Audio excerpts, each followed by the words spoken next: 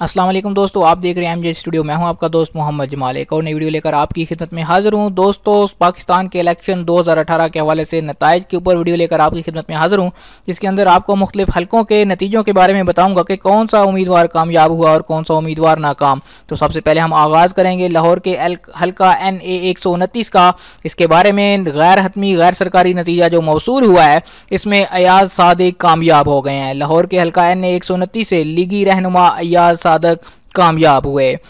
लीगी रहनुमा ने NA 129 से 97,204 वोट लेकर कामयाबी हासिल की, जबकि उनके मुकाबल जो थे PTI के थे अलीम खान, उन्होंने 90,712 वोट हासिल किए। याद रहे कि आम इंतखाबात 2018 के तहत गुज़श्ता रोज़ मुल्क भर में पोलिंग हुई।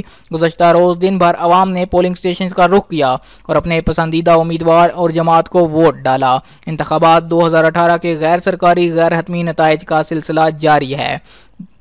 इस सिलसिले में कौमी असम्बली की 272 में से 260 सीटों के 20 से 25% पोलिंग स्टेशन के गैर सरकारी गैर हतमी नताइज भी आ चुके हैं।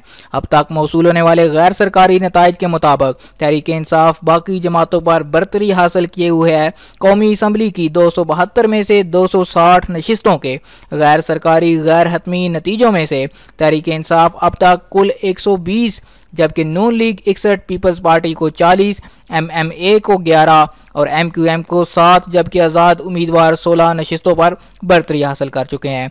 मजीद गैर सरकारी गैर हतमी नताइज आने का सिलसिला अभी भी जारी है। दूसरी जानब तहरीक इंसाफ के मुकाबले में नून लीग एक और अपसेट शिकस्त के दहाने पर है। कुछ हलकों में नून लीग को कामयाबी भी हुई, जिसने नून लीगी कारकुनान और क़यादत को मजीद मायूस होने से बचा लिया।